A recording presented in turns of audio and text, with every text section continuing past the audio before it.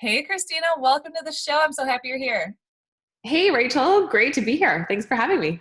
Yeah, so why don't we just start off by you telling us a little bit about yourself? Sure. My name is Christina Jandelli, as you guys know, and I help entrepreneurs with service-based business be able to start, grow, and scale their Facebook groups in order to sell out their programs and build that raving fan base that they want. They don't want to be talking to crickets. They want to be seen. They want to be heard. You're here because you want to be making a difference in people's lives and you want to get your message out in a bigger way.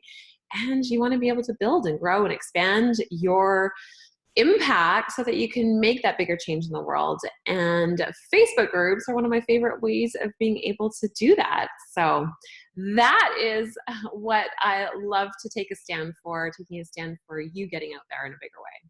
Awesome. I love it. We'll definitely get into Facebook groups, but I want to know more about you and your background. How did you come into the online space? Great question. So for me, I had actually spent years in corporate space and was working in finance for almost 15 years. And so had spent all these years climbing the corporate ladder, building this career for myself in the corporate space. And I thought I had everything that I wanted, right? I had a new husband, I had a baby on the way, I had money in the bank, I had a house, all those boxes checked.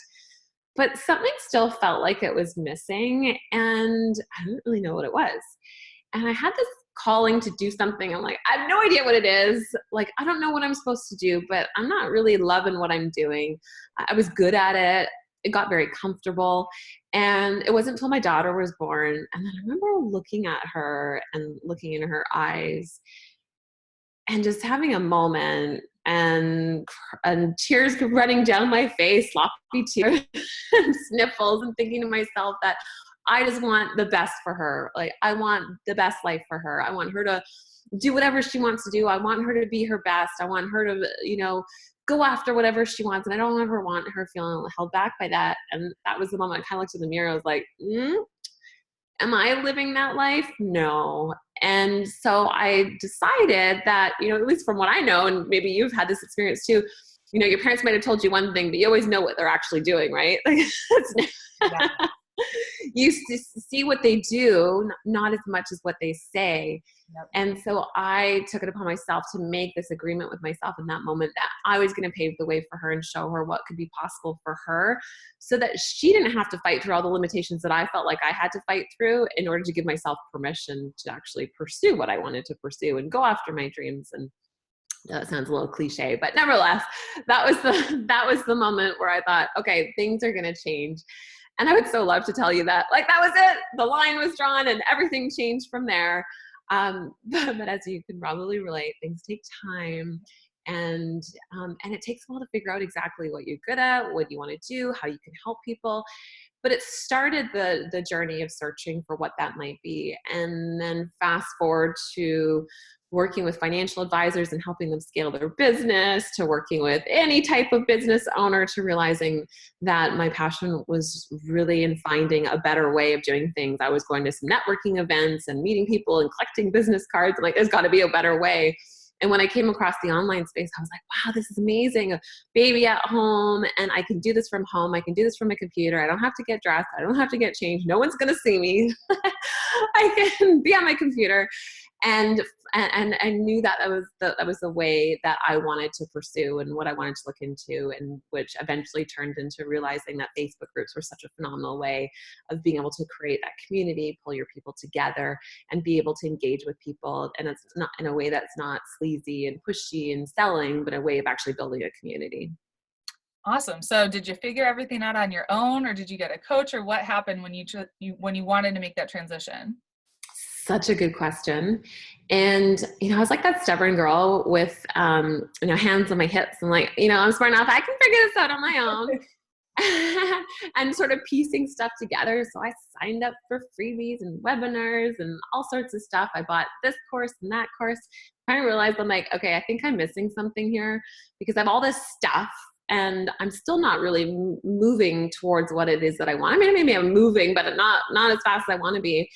And then I decided, I need someone to help me pull this all together. And then I invested in a coach, and that really helped make things make sense and understand that I was getting way ahead of myself. So I was, buying a program that wasn't for where I was at, and getting completely lost in all the free content out there, and helping me pull it all together. And ever since then, I've never been without some sort of mentorship or support, and I can't recommend it enough.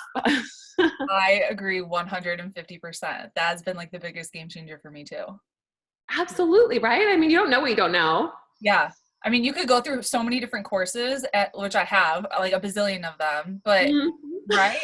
Yeah, but it's not We've until all you had have those it, moments. like step-by-step direction and someone actually telling you like this is what you need to do, that things really come together.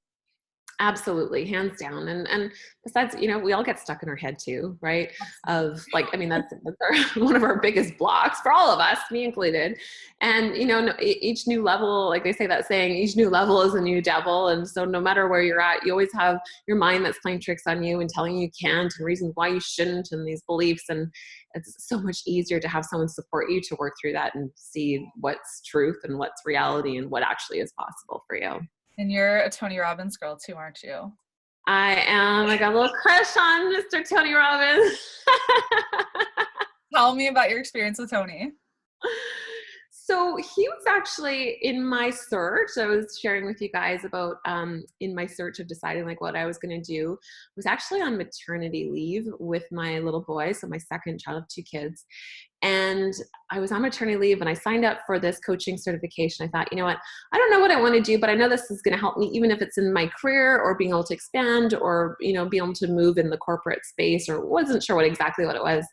So I signed up for this coaching certification, and I started working through the work, and I had no idea what was going to happen, but I literally completely transformed my perspective of me, my life, what I wanted, who I was, partially due to being a new mom. I think a lot of new moms kind of go through that phase as well, but it really stirred up so many questions within me to go deeper and search more, that I knew that I wanted to share that with the world. And I had no idea what coaching was until I actually started working through that. And what a huge difference. So super eye-opening for me. So that was my first sort of introduction to going into a deep dive, so to speak, with Tony Robbins. Oh my gosh, I'm obsessed with him. I've been to his Unleash the Power Within, Date with Destiny. I worked with a Tony Robbins coach for a year, and I'm just like, I love him.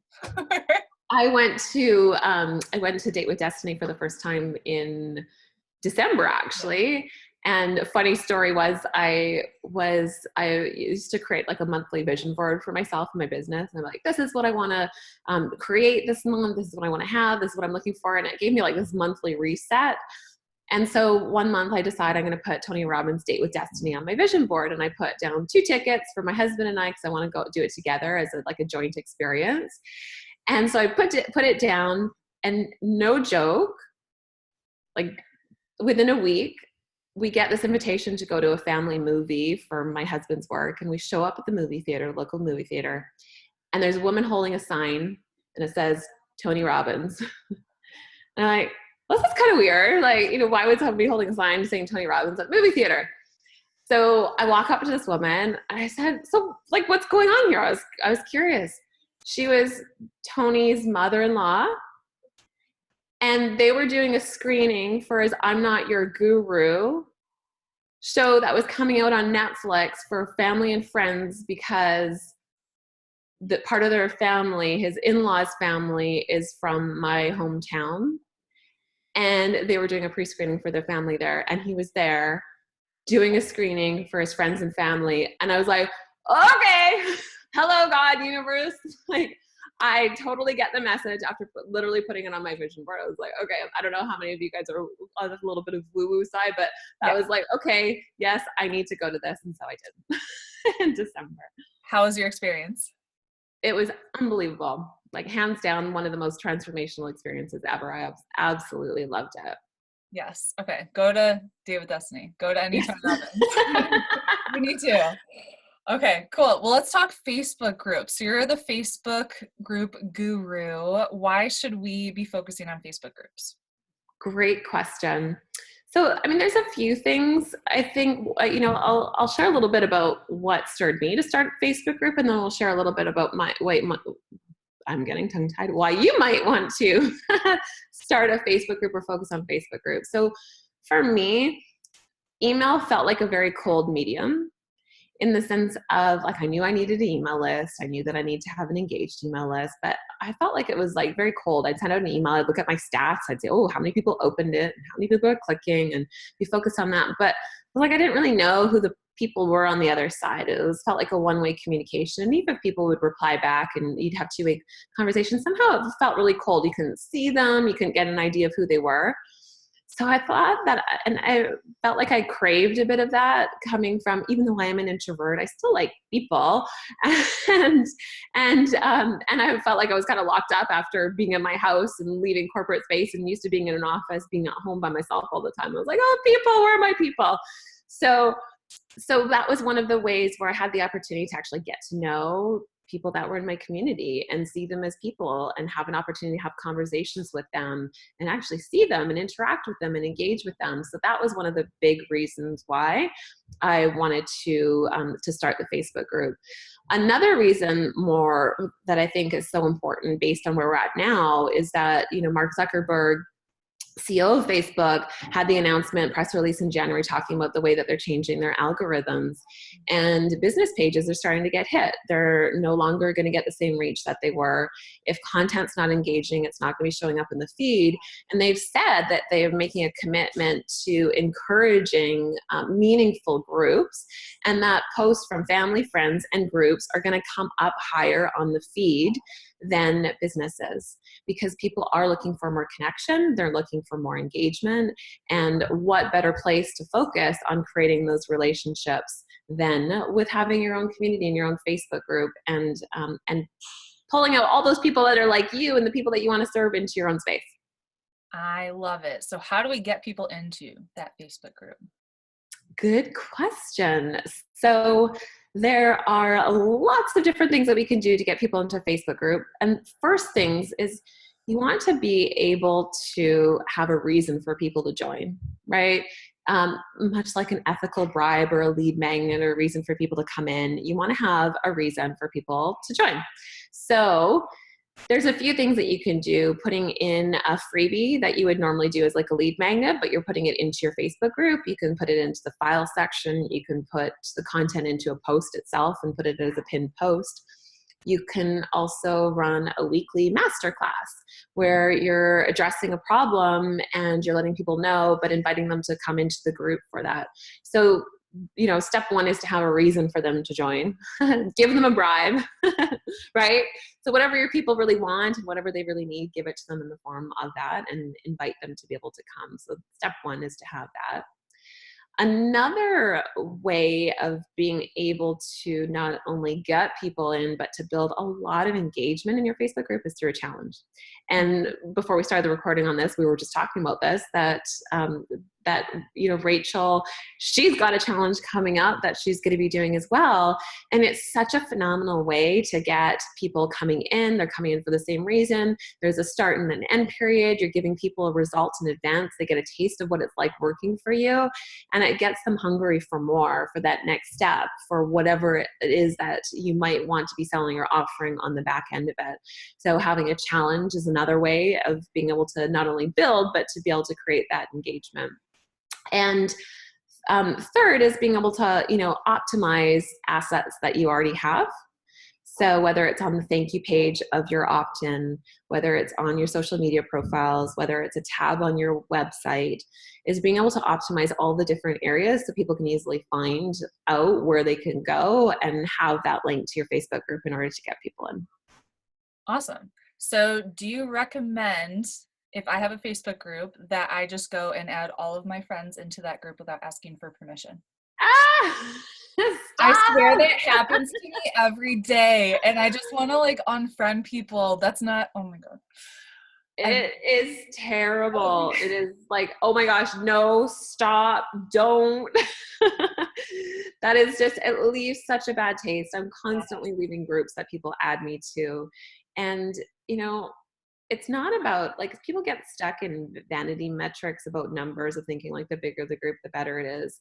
But in reality, it's the quality of the people that you have and the people that want to be there, that are excited to be there, that are connected to what it is that you offer. I mean, just going backtracking, there used to be a time where people would do like for like on a business page, or you'd see people post in a group and say they'd have a like campaign and they'd say, put your business page and everyone's going to like this page. And then so these people will get these ginormous followings on their business pages of having all these people, but none of them were people that were engaged. Mm-hmm. And then when you actually start using the strategy of using your own business page or using ads, you're paying to show your content and your ads to people that have no interest. And so same with your Facebook group. If people aren't engaged and they're not in there, there's no point. It's a vanity metric that might make you feel good that it's a bigger number. But I've had clients that have had 100 people in their Facebook group have like $13,000 launch with 100 people. Wow. And so it's not about the numbers. It's definitely about the quality. So don't ever just add people, give people a reason. And it's about building a relationship. I love that. So how do you monetize a Facebook group? Great question too. So monetizing Facebook group is, that's key, right? If you're running a business, you need to be making money. Let's be honest here, right? You're not running a hobby, you're creating a business. And so monetization is so important. One of the benefits of a Facebook group is that it tends to have a significantly higher conversion rate than email, because it's more engaged and people really get to know you and they see you and it's more interactive. Because of that, you can have less numbers. But in monetizing, there's lots of different avenues that you can do in order to move people towards that sale. So I always like to say, whenever you're going to be selling something in your Facebook group, you want to be able to work backwards. Always start with the end in mind. Like, what is it that you want to sell? And then figure out what's the best strategy to move you towards that. So one of my favorite ways of monetizing your Facebook group would go back to one of the growth strategies shared, was being able to host that challenge in your Facebook group. By being able to do that, you bring people in, you build in the excitement, you're giving them a result in advance, you're opening up the opportunity for what the next step is that they need, and you're inviting them to take that next step with you. By then, they trust you. They believe in you to be the person that's going to support them. They look up to you as being the expert, because you've already proven that by giving them results, and it's the next natural step for them to move forward into that journey with you. So it makes it a really easy yes. There's other opportunities where you can, commingle your email list with your Facebook group and bring people into your email funnel and be able to have warm people up through that way. So there's several different ways of monetizing, but the biggest thing is you want to think, always work backwards. What do you want to sell? And then go backwards to think, okay, what do people need to know in order to move them forward towards that sale? What do they need to be aware of? What do you need to open up for them? How can you help support with them? And then move them through towards that sale, because you don't want to have a pitch fest. You're not here because you want to have like spam-filled news feed full of buy this now, and you don't want to feel sleazy.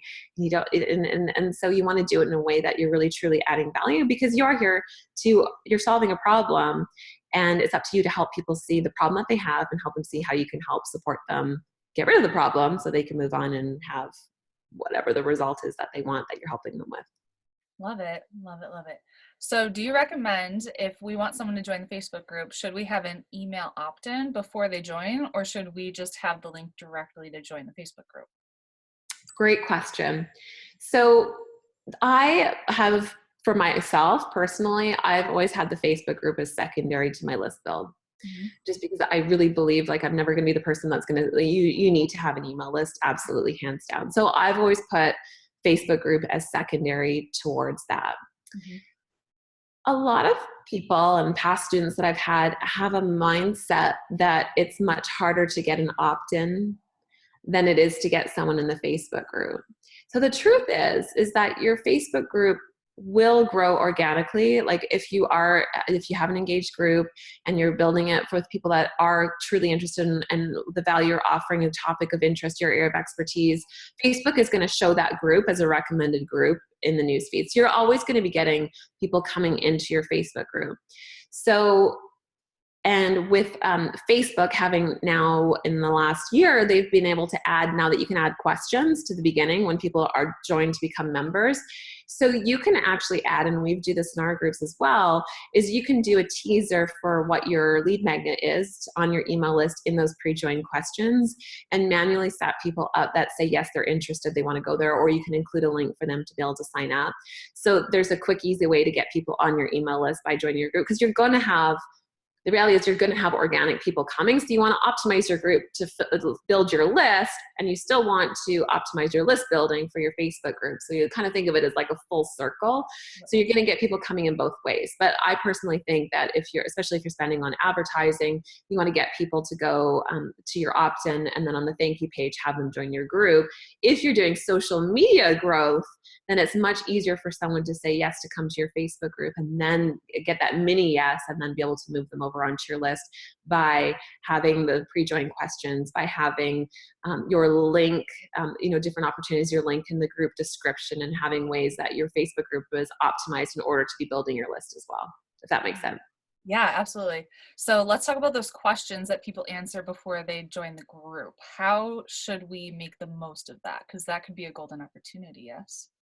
Absolutely. Yeah. So let's say, for example, I have a pop-up group that I do when I'm doing my Grow Your Group challenge. And so this is a group that just opens up just for this challenge. So it's not my regular group. So the purpose of this one is strictly for people that are interested in growing their Facebook group. So one of the questions would be, do you have a Facebook group? And this is a qualifying question because it helps me identify that I can support people that don't have one yet, and that I've already had one, but they're looking to grow or they're looking to scale it. But it helps me get clear on who's in the group. Like, who am I speaking to in this group? What do they need to hear from me? Because a beginner is going to be a lot different than if the group's 95% full of people that already have a Facebook group. Well, they're not going to not need to know a lot of the basics, right? So asking that pre-qualifying question. The second question is, when it comes to Facebook groups, what's the number one question you want answered, or what's your number one frustration, or what's the one thing that you'd like to know when it comes to Facebook groups?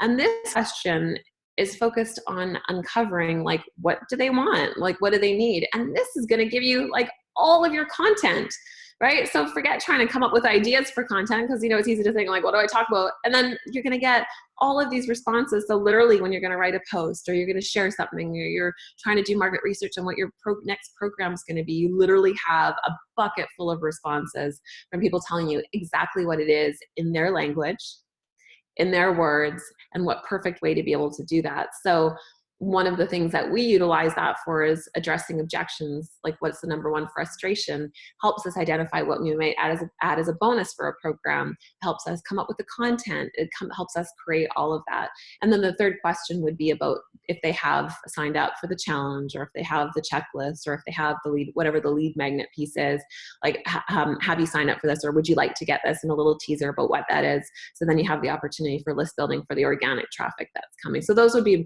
my recommendations of making sure that you have a qualifying question, you're asking about their biggest frustration, and you have your lead magnet as a third question. Girl, this is gold. Gold. So good. So good. Okay, so we get people in the group. How do we actually get engagement so we're not just talking to ourselves? This is the number one question, right? How do I get engagement? And there's a few things here. One thing is that you have to show up in the way that you want. You're the one that's setting the tone, especially in the early stages of your group. As your group takes off, it's less important.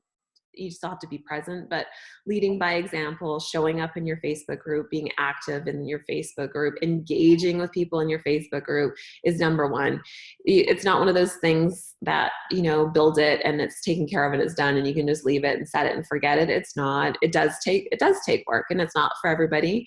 But man, does it pay off when you do show up. And if it is something that you love, that deeper connection with people, and you like to know people in your community, super powerful. So that's one key piece I think is really important to know. Two is, don't be perfect. And this is so funny because we all think that comparison to other people, right? Or looking at someone, comparing your highs and lows with the highlight reel of someone else that's on social media and thinking, oh my gosh, like, right? This is why I share that I'm a hot mess, literally recording this in my parents' wine cellar, legit. So yes. Love it. Right? But it's like when we try to be perfect, nobody connects, nobody relates, exactly. and nobody wants to hear you.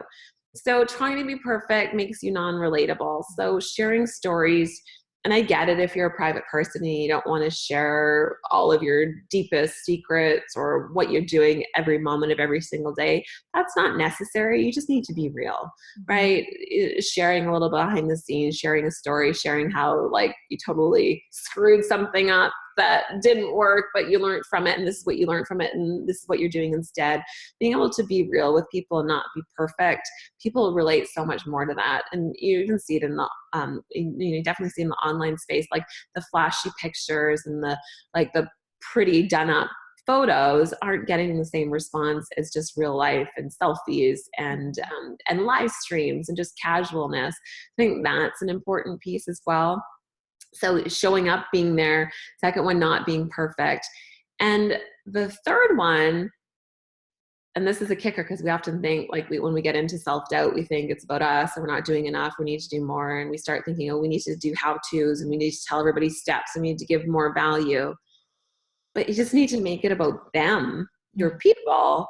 It's not about you. It's about them. And people can only consume so much how-tos, right? So asking engaging questions, inviting them to talk, recognizing your key people in your Facebook group, like who are your most active members, recognize them, call them out, tell them how great they are, tell them how much you value them. Those are the people that are going to be carrying the weight. It's not all on your shoulders. So making it about them and putting the focus on them.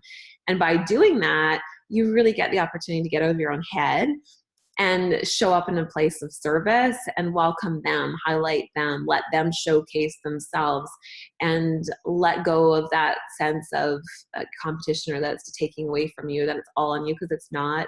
It's a community, and a community is built with a group of great leaders. I love that. It's not about you, it's about them. That's perfect. So let's talk a little bit about mindset and some of the struggles that you've had as an entrepreneur and how you got over them. What's like one of the top one or two things that you've gone through, and how did you get over it? Yeah, this is such a good question because I've had so many. I know, right? I'm like, one or two feels like, oh my gosh, that's a really small container. Because every day there's always something that comes out. I've got piles of journals to prove it. I think that, and we talked a little bit about this today, is like the comparison. I think that's something that I struggled with a lot, especially in the beginning. And it took me a while to be able to see it from a new perspective and not take it as feeling less worthy or not good enough, and actually realizing that, people need to hear your message in just the way that you deliver it. And sure, there might be someone that's smarter, that's further along, that knows more about X subject than you, or has this or that you don't have. But the truth is, there's people that need to hear what your solution is and the way that you deliver it. And they need to hear it through your own life experience, because no one has that same lens of the way that you've been able to navigate and move through these problems. And you're the only one that can connect with certain people. And just like that, have you ever heard the same saying over and over and over again? And then finally someone says it to you, like, oh, I get it. Like it finally makes sense, right? So I think that that's key, is recognizing that in comparison. I think that's been a big one. And then, I guess with so many beliefs, it's just these limitations that we put on ourselves, these old beliefs that we have. And one of my favorite quotes is, a belief is just a thought that you keep thinking. And I'll say that again, because I think it's so, so important. A belief is just a thought that you keep thinking. And that's all it is. So we take belief as truth, but in reality, it's just something that we've been thinking. And we've been thinking over again. So now we just take it and as truth. So whatever those thoughts are in your mind, like, I'm not good enough, I can't do it. No, what if no one buys? What if people can't do this? What if I can't sell enough? No one's going to pay that much. Or, I can't make that much money on a small ticket offer. or whatever that story is that you're telling yourself, if you don't take it as truth and you give yourself the opportunity to realize that it's just this thought that's been on this loop in your mind, and that thought has then changed your direction because that thought's created a belief, and the beliefs made you take certain actions or certain inactions that have led to the results that you've had, which have reinforced the belief that you had to begin with, sort of like this spiral. When you get yourself out of that and just have that objective perspective and realize that it's just thoughts, and you get to choose your own thoughts, and that means that you have the opportunity to change your beliefs that are more supportive of you, and be able to have that opportunity to have that growth and expansion. So I think those are probably some big ones that I've moved through. Oh, good. So good. Tony Robbins says it's not your mind, it's the mind, and all the thoughts that we have aren't like original. It's something that everyone has. And so how have you gotten over some of your limiting beliefs? What are some that you've had, and how did you get over it? Yeah, I think reframing, with the two examples, I think reframing it from a new perspective is really important. For me as well, journaling. That's something like I really love writing, and I find it such a big release to write down. I used to have this idea that, and maybe you've had this before, it's like, you got to think positive thinking, or that, the idea of law of attraction is like, I don't want to think negative thoughts. And if I think negative thoughts, I'm going to attract negative things, and everything's going to go to, whatever, in a handbag. And, right. It's all going to fall apart. And in reality, it's just like, we just get so caught up in all of this mess and this stuff. And what a better way to be able to just release it and write it down and get it out of your head, because what you have in your mind, it's like creates this mental clutter and mental space, and it's full. And so when you don't feel like you're moving into action, and you're being pulled in so many directions, and you're stuck in doubts and fears and thoughts and all those things that, flood your mind's full, and there's no space for creativity. There's no space for expansion. And when you give yourself the opportunity to do like a brain dump of everything, your to-dos, your doubts, your everything, and be able to look at that on a paper, it helps you take a look at it objectively and logically disprove them, and be able to come up with a more empowering belief. So journaling is huge. Tapping is something that I used to think, do you, I'm not sure if you I haven't. I'm all about journaling. I've heard of tapping, but I've never done it. So tell us about it. So it's EFT, emotional freedom technique. And the premise is that and I'm going to probably butcher the explanation because I'm no expert in this area, but the purpose of it is that it's using pressure points in your body to release tension, release stress, and to be able to rewire your nervous system. And so you might see people online, and they're doing this and tapping, and as they're saying things. And honestly, the first time I saw this, I'm like, there is no way, like, this is ridiculous. Like, oh my gosh, like, what are they going to sell someone next? Right? This is what I'm thinking to myself. So I get it. I was definitely that person. And then eventually I saw it a few more times, and more people spoke about it. And one of the coaches that I hired, that at one time we were working through this, and I read a book, and I highly recommend this. You guys need to get this book if you have not read it. Tapping into Wealth by Margaret Lynch. Such a phenomenal book. And I literally went through this book, and I would go for runs, because that's when I listened to my audiobooks, and I'd be tapping as I'm running. And then someone would go by, and then they show you like the private tapping, which is like tapping on your fingertips. And then I'd stop doing like the tapping on my head, and then stop doing the tapping on my cheeks and stuff, right? When I'd go, and then I just do like on my fingertips as people would go by, and then I'd go back to finish the tapping sequence. And I went into it with a complete open mind. I thought, I'm just I have nothing to lose. And you guys might be thinking, oh my gosh, you're crazy.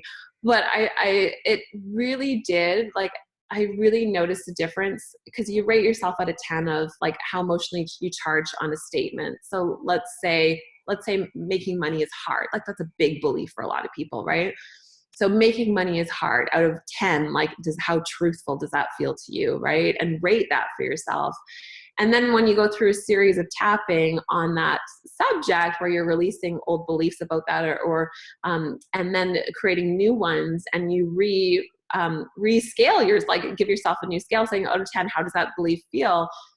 It might be like a 5. And you're like, wow, like, what really changed? And so evidence, absolutely proves new beliefs, and we go on things with an open mind. So tapping is something that I have used that I've found really helpful in releasing some of that old baggage and being able to release that and release the tension to be able to create some of those new ones. So those are a couple tools. And then of course, mentorship and coaching is something that, you know, is irreplaceable, and having someone actually help work through these things with you as well.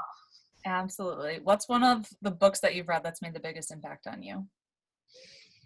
So tapping into wealth is definitely a big one. Another one is The Big Leap by Gay Hendricks. I think that's it. I think that was his name, Gay Hendricks. Yeah. It's talking about that we each have this upper limit on how good things can get in our life, in our personal life, in our finances, in our business, in, you know, all these different areas of our life. And then when we go outside of that comfort zone, we self-sabotage because it's outside of our comfort zone, and we get back into our comfy space. And so this is often why, you know, you see ups and downs, huge ups and downs in some people's businesses, or, you know, and I've experienced this myself. I know I have. It means that, you know, when you get sick, when you're right on about to like have a massive breakthrough and do something great, and you start feeling sick. And so it talks about how we, you know, how we self-sabotage ourselves and stay in that comfort zone, and how you can break through and create that new normal, that new thermostat setting, so that you don't stay in that comfort zone. And unfortunately, as much as we think that we don't want to be where we are, it's comfortable and it's what we know. Okay. I haven't read that book yet, but you're literally the second person this week that's told me about it. So now I'm like, You must get it. I must get it. That's a sign. Okay, cool. What does it mean to you to make an impact? That's a really good question too. What does it mean for me to make an impact? I think for me is letting people let go of the limitations that keep them stuck. And even if it's just one person that you have that impact on, it has that ripple effect. And that's one of the things that I think is so brilliant about this business, is that you have the opportunity to change lives. And each of those lives that you change, those people then have the opportunity to change lives of people around them. And by having that sort of ripple effect of influence, that is something that is huge. So I think for me, it's really about helping people move through what's stopping them and giving them the skills, the know-how to be able to move through that in order to create that life that they want, the business that they want, and not feel like they're, you know, a prisoner to a life that they didn't choose. The ripple effect is huge. I love that. What's next for you? What's next? Well, this year is, I'm like, in the immediate future, I'm doing an adventure challenge. That's the first thing that comes to mind. I unknowingly, this is a funny story. I unknowingly went to this event. Well, I went to this event and I was listening to Jesse Isler, who is Sarah Blakely from Spanx, her husband. Yeah. And he made an offer, and he was talking about the importance of mindset. It's funny, this great topic that we're talking about today, and like how important this is. And, you know, he sold $1 billion company to Warren Buffett. You know, he was a rapper. He's done some phenomenal things. And I thought, my goodness, I could learn so much from this guy. So he made an offer for this program. And sure enough, at the event, I'm like, I'm in, this is amazing. Like, you know, when do you get a chance to be mentored by a billionaire? So I jumped in full force in this program, and it wasn't till months later, it wasn't until the new year till we were actually going to start. I didn't really know what it was. I thought, you know, business, mindset, all that stuff, like that's all keen interest to me. And then January rolls around and I get my first set of to-dos from this, and it's all fitness related, endurance stuff. And I'm like, what? And I'm like, okay, you know what? I signed up for this because I think that he obviously knows some things that I don't know, and there's so much I can learn from him. And this is something that he feels has made a dramatic impact in his own business and controlling his mindset. And he was saying running this 100-mile run that he did was one of the thing that, not that I'm doing a 100-mile run. Don't get carried away. But yeah.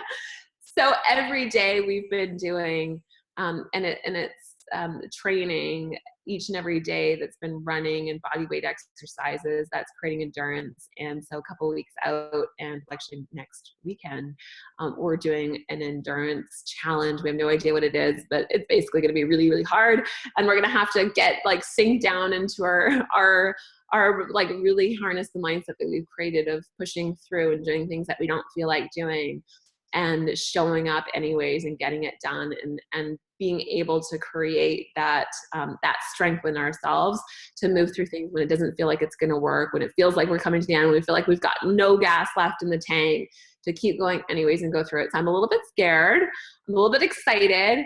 And I know it's not the sort of the next business step, but it's sort of the next thing. And it's been such an interesting journey, because I've fallen off, and I'd love to say I've stuck with every single workout. I fell off partway through, and then I got back up again, and I've been doing it again. I'm back on track with it, and so we're getting so close now. So I can't wait to do it and get together with everybody and be able to celebrate in the end. And so stay tuned.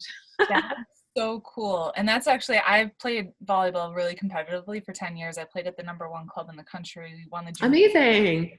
Yeah, we won the Junior Olympics my senior year, and I played in college for the University of Illinois.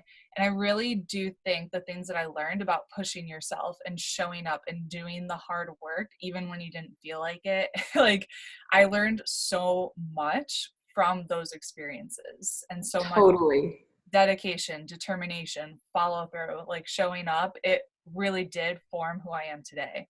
And I think that's so cool that he's actually having you guys do that kind of stuff, because it makes a really big impact in who you are as a person when you have that health and fitness plus the determination too. Oh, I mean, absolutely, hands down. I know too, for doing. I've done a couple of marathons in the past too, and as much as you don't feel like keep going, there's no way that you're not going to finish the race, right? Like, there's no way you're going to bail out. There's no way you're going to stop. And as much as it hurts and it's not comfortable, and it, those last few miles sucks. The way that you feel when you finish it, and how it opens up possibilities for you, is just absolutely huge. And so, yeah, I'm really excited, and I think it's such a different perspective than what we're used to about, not all the tactical pieces, that really, having the combination of both. And so, yeah, it's fun. Absolutely. So cool. So how can we connect with you? So the best place to find me is, I guess the Sassy Successful Entrepreneurs Facebook group, Of course. and then deliveryourgenius.com. And if you go /deliveryourgenius.com/Rachel, there you'll find some checklists for growing your group, with 2 different checklists on some of the things that I did in order to be able to get those founding members coming in. And it doesn't have to take a long time, and it doesn't have to be huge numbers, but just going through those steps and getting those people and kicking off the Facebook group, or kickstarting one that you already have, is a great way to get started. Well, I have loved having you on, and I'm sure everyone's going to love hearing all of your tips and your wisdom. So thank you, thank you, thank you. You are amazing. And I'm just excited that I got to get to know you a little bit better. Thanks for having me, and some great questions today. Got me thinking too. Awesome. All right. Thanks again.